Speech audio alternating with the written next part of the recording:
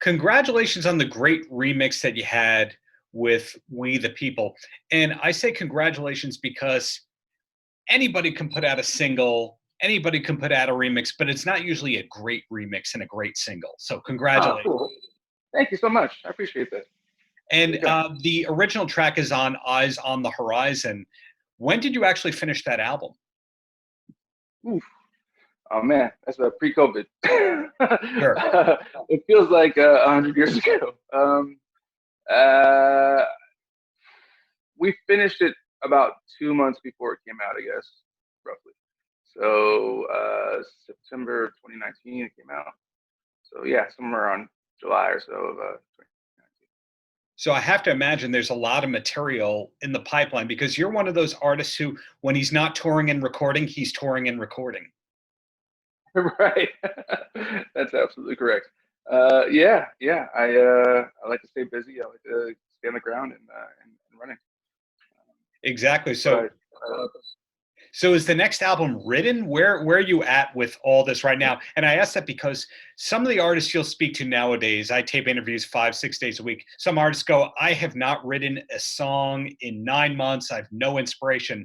And other people are looking at this as the most like prolific period of their lives because that's all they have to do. Yeah. I mean, I generally stay pretty prolific. I write constantly. It's kind of how I do my like diary, if you will. Ironically, my youngest child was born on February 4th, 2020. So I've spent most of this year in an extended like paternity leave, changing diapers and that jazz. Yeah, so I've done some writing, but not quite as much as I would have otherwise. And I look at other people in their situations of like honing in on new instruments and just like like writing like crazy and being super creative, and it hurts a little bit to see that because I feel like, man, what a great opportunity to do those kinds of things. But at the same time, it's been an amazing opportunity for me to get to know this little beautiful kid and this new love of mine. Were you actually planned to take time off around the birth of your kid before you knew COVID was happening? Yeah, so I was planning to take off like 3 months, which is a long break for me, but also, like for my son was born 2 years ago, 2.5 years ago. I took off 6 months, so I kind of condensed it in my head this time, and I had some big ideas, out the gate. And yeah, so that all went away. And like I said, it's been really fortunate that I've been able to spend as much time as I have with the kids. Yeah, that's wonderful perspective to kind of have. When you kind of hear, oh, 2020 was the worst year ever, or it's kind of a what you make of it scenario. If you had the opportunities and the time and the resources to actually do the things and focus on your craft, I find that it wasn't the worst year ever. In fact, it in a weird, sick way, it might have been one of the better years of my life because it gave me the chance to work on my craft. Is it horrible to Yeah. hear those words?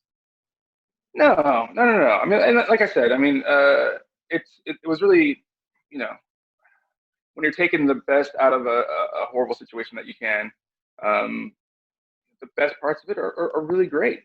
Like I said, like just being able to be home with my kids was amazing for that year. Um, I've really enjoyed the balance of being able to like go on tour and like bust my butt for 3 months and then come home for 3 weeks or so and like have fully dedicated 24/7 time with my children and then hit the road again. It's been really great for that in general. But yeah, this is like sort of amping that up to another level. Yeah. So we take the best of what we can. Well, beyond the music itself, something I find very fascinating about you and your career is I've read articles on people who play with, say, Billy Joel, somebody like a Mark Rivera, where it's like Monday night he plays in a stadium, Tuesday night he's in a club, Wednesday he's in a theater. You kind of had that existence as well. And is that as great as I think it is, that you never can become complacent with one scenario because you just have to look around and be present? Oh my God, absolutely. I feel like, for the last 10 years or so, it's almost like teleporting into different, like the multiverse, Yeah. like I get to live this aspect of playing these stadium shows and, 80,000 people and like people going crazy and the intensity of that space, um, as a supportive role. And then like, transporting back into, okay, what did I learn from that experience? How can I apply that to my own experience as a solo artist? And then like starting from the ground up, it's almost like a time machine in a sense that, you know, once you get to a certain level, like if you could go back in time and start over again, what would you do differently? Except that I get to do that simultaneously. So it's pretty cool. Yeah, I can't imagine that there's any way to phone it in when you have that kind of an existence. Because this gig, you're playing in-ear monitors. This next one, there are no monitors, right? It's every gig is totally different.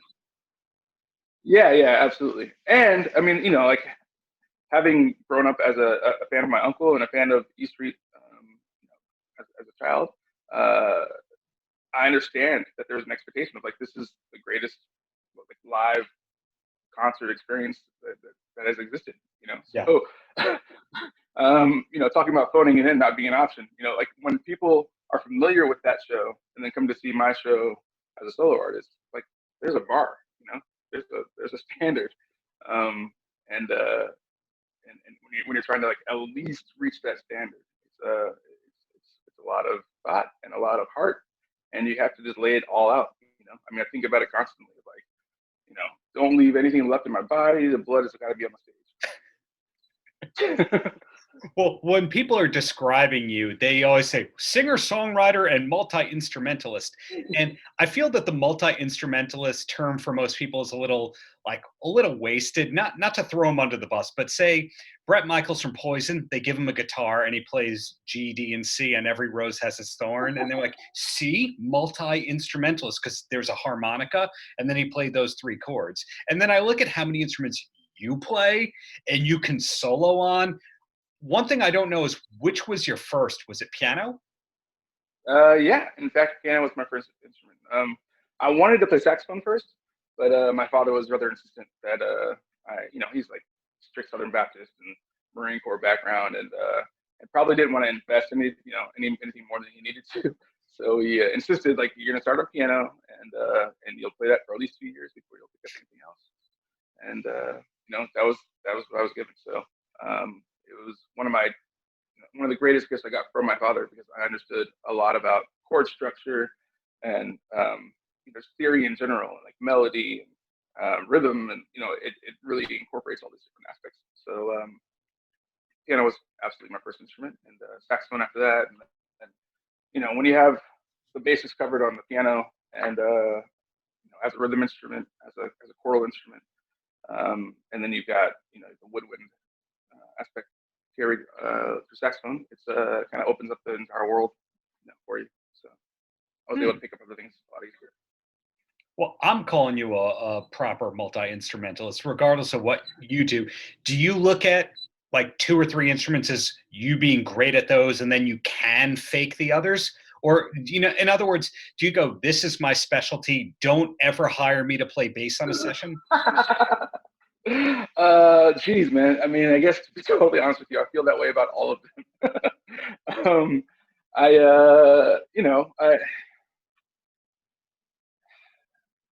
I love music. I love playing. I don't consider myself to be a master of anything. I'm constantly growing and constantly learning, and yeah, I'm always kind of like honored, like legitimately honored when people ask me to record something, on whatever it is. I would say, I've spent the most time in my life on the saxophone, because when I went to school for music, it was for sax, and I mean, I was playing easily 6+ hours a day on the sax, all through school, and then in training for E Street, it was like 9 hours a day for 3 months, just trying to get my comfortability down and respect that role. So that being said, I'm certainly more comfortable on saxophone in terms of like intuition and like feeling overall. But I mean, there's a million saxophone players that are better than me. A million? No, I no. I'll dispute that one. but something that intrigues me furthermore about people in general of your ilk who play in highly regarded bands is there tends to be a lot of albums or credits that they have that All Music guy didn't pick up on. Like, for example, a dentist has a band on the weekends and goes, I want to hire guys from this band, this band, and this band. Without naming names, have you done a lot of that stuff? Like worked on other people's records like that? Yeah, in the sense that a person goes, hey, I want some remote solos or some remote tracks, just mail them in here. And then you find out, you get the credits and they go featuring members of the E Street Band. And you go, oh, because I'm finding that's happening a lot lately. Yeah. It's a kind of a hard question to answer because I get a lot of requests to do stuff. And I try to say yes as much as I can, but it really kind of just, it's mostly just people that I know. So I end up, like if I have to carve out the time to go do something, I'm really a face-to-face kind of person, and connection is important to me. So if I'm getting like email requests from other people about, hey, I'm looking for this on the record, that's interesting to me and it's cool. It's not that I'm saying no, it's just that I it kind of like goes by. So I don't do a ton of that. Busy guy, but I'm always a manager. Well, I mean, yeah, I guess in essence, it's I'm a very in the moment kind of person, and like I said, for me to like to carve out space to like get to the studio and jump on a recording. It takes a lot of effort for me that maybe doesn't take for a lot of other people. But yeah, that's it is what it is. I respect that answer. Where I was eventually going to go with that is, for example, I'm a diehard fan of David Lee Roth and Van Halen, and you find out that his rhythm section on a couple of tours was doing all the cues on the Friends TV show. So, oh wow. So, and then, one time I interviewed Timothy B. Schmidt from the Eagles, and I say, did you ever ghost vocal on stuff? He's like, well, yeah, I sang the David Crosby vocals on an album, but I don't want to talk about that. And you go, wait, what? So you never know if Wow. Jake Clemons has played on a lot of stuff, but we don't know it's Jake Clemons. Yeah, fair enough. I have played on a lot of things. It's just through like people that I know directly, Yeah. Jake knows me. When I'm able to make something work, I'm happy to do it. Cool. Yeah. And then back to you and the normal questions here. We talked about you have material done for the next release. Is there anything that's concrete for 2021 or 2022 as a solo artist for you? Nothing concrete per se. I mean, I recorded a record last year. Just kind of like as a gift to myself. I turned 40, so I got in the studio and tracked a record in a day, which was wow, probably a bad idea overall. But and it was in February last year, so it was before the lockdown, and I really haven't touched it since. And I've written a handful of other things since then. So I'm kind of one of these guys. I'm like I write a lot. When I can record something, I do, and then like it kind of just sits around sometimes, until like the right moment arises. So we don't have a release schedule right now. I am working on some other music with some other artists, which is kind of new for me. Yeah, there's no release schedule right now, and kind of just looking to see what's happening on the horizon right now. The horizon, eyes on the horizon, not just a clever title right there. So 2 quick questions, and then you're a free man. And the first one is, do you have a TV show recommendation that you could pass along to somebody who needs a new show to start? Oh man. Okay, I hate to be generic about it, but I just started watching Ted Lasso, which I know a million other people are probably talking about right now. Not generic. I love it. I absolutely love it. Jason Sudeikis is amazing in the show.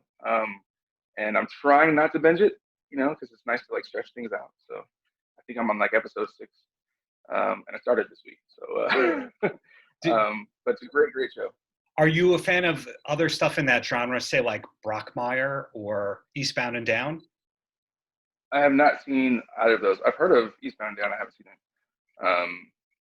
Yeah, but I'll have to check them out, I suppose. Brockmire is probably your speed if you like Ted Lasso. So the last question, and I asked this, my usual closing question is any last words for the kids? And some people say, yeah, brush your teeth and do your homework.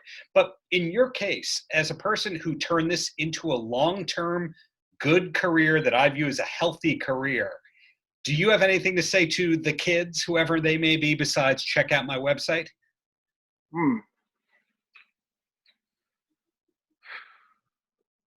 the kids, I think maybe specifically it would be along the lines of, I guess, never be too certain, and keep your mind, like, leave space for growth, leave space to learn. Yeah. I think like with the advent of the internet and information being so accessible, and like the evolution of truth, it's like people are prone to just have their opinions about things, and that's that, and then they kind of just like close the door, and I think they stifle themselves by doing that. And yeah, I think if I had any kind of, I don't know, I guess if you want to call it wisdom for the kids, it would be like, leave some room for growth, and to understand that you have, the more you know, the less you know. The more you know, the less you know. There are lyrics right there in that. But Jake, thank you so much for your time, and looking forward to seeing what's next. Hope to see you live in New York in the near future. Oh man, I am looking forward to that too. Thanks so much. Exactly. Take care now. Paltrocast.